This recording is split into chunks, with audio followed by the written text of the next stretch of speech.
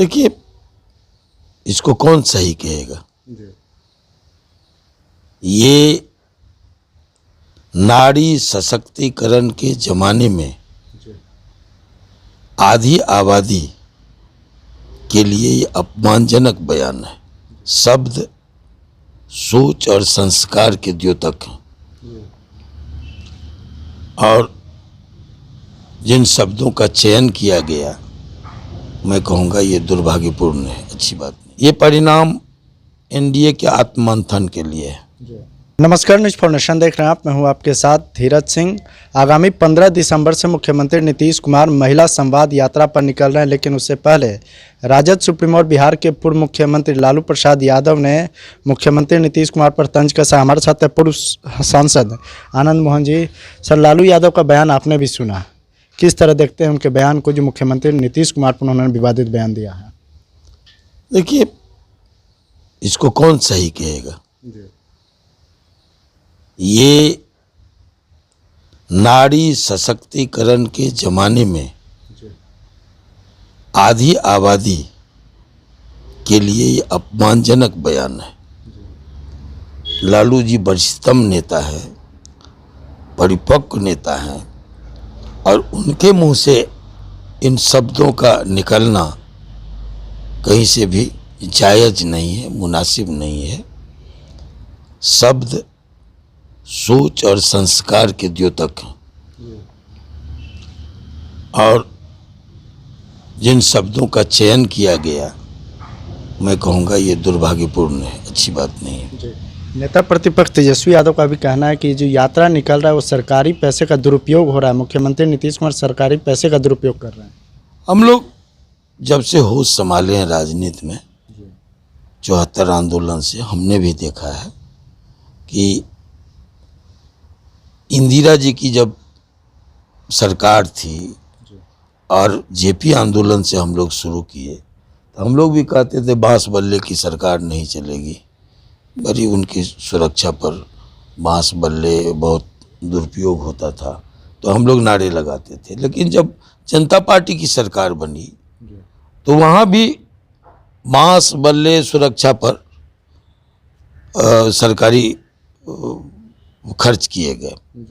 तब हमारे जैसे व्यक्ति ने मुरारजी को काला झंडा दिखाया था और शर्ट निकाल के, काला शर्ट लहरा करके हम लोगों ने वही नारा जो हम लोगों को समझाया गया था 74 आंदोलन में इंदिरा जी के खिलाफ, वही नारा अपनी सरकार के खिलाफ लगा के हम जेल गए थे। बांस बल्ले की सरकार नहीं चलेगी, वो हमको जानने वाले और कोसी का इस राजनीतिक इतिहास इसका गवाह है कि हम अरेस्ट हुए थे। तो लेकिन ये रुका तो नहीं। ये जो प्रोटोकॉल है ये चलता है, तो इसका क्या मतलब कि हमने कहा कि लड़कपन से हम कई कई पीएम को और सीएम को देखे हैं, तो क्या वो नहीं निकले? यदि कोई प्रधानमंत्री बन जाए, यदि कोई मुख्यमंत्री बन जाए, तो राजनीतिक यात्रा पर या सरकारी यात्रा पर नहीं निकलेंगे? क्या लालू जी नहीं निकलते थे? क्या राबड़ी जी नहीं निकलती थी? क्या आपको तेजस्वी जी जब उप मुख्यमंत्री थे तो वो नहीं निकलते थे? तब उनको याद आई कि नहीं कि सरकारी खर्च हो रहा है, इसका दुरुपयोग हो रहा है?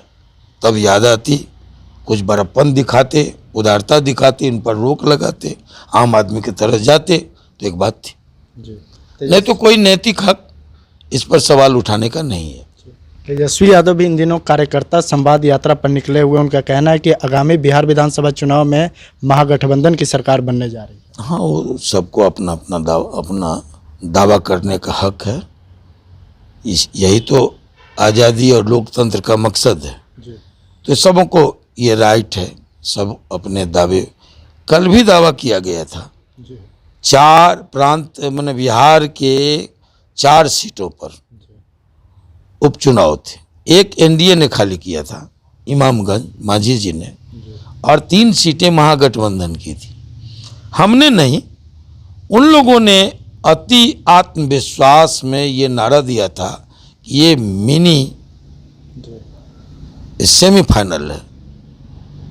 तो सेमीफाइनल है, ये मिनी मैच है, सेमीफाइनल है, और ये बताएगा कि 25 का मिजाज कैसा है बिहार का, है ना।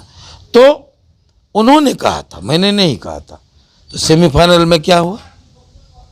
3 सीट आपकी थी, 1 सीट हम लोगों की थी, चारों खाने चित हो गए, चारों सीट पर आप। तो जो सेमीफाइनल में हुआ वही 25 में होगा। दावा करने के लिए लोग दावा कर सकते हैं, करें। चारों सीट पे उपचुनाव तो आप लोग जीत गए, लेकिन तिरहुत स्नातक का उपचुनाव हो रहा था, उसमें जेडीयू चौथे स्थान पर चली गई, जेडीयू की करारी हार हुई है। कैसे देखते हैं इस परिणाम को? ये परिणाम एनडीए के आत्ममंथन के लिए है ना। 4 सीट हम जीते और इस स्नातक चुनाव में चौथे स्थान पर चले गए। तो पार्टी को भी, जेडीयू को भी और एनडीए को भी आत्ममंथन करना चाहिए, ऐसा क्यों हुआ। लोकतंत्र में अहंकार नहीं चलता है। जिन शब्दों का इस्तेमाल किया गया, जिस भाषा का इस्तेमाल किया गया, उसके मीडिया वाले गवाह हैं।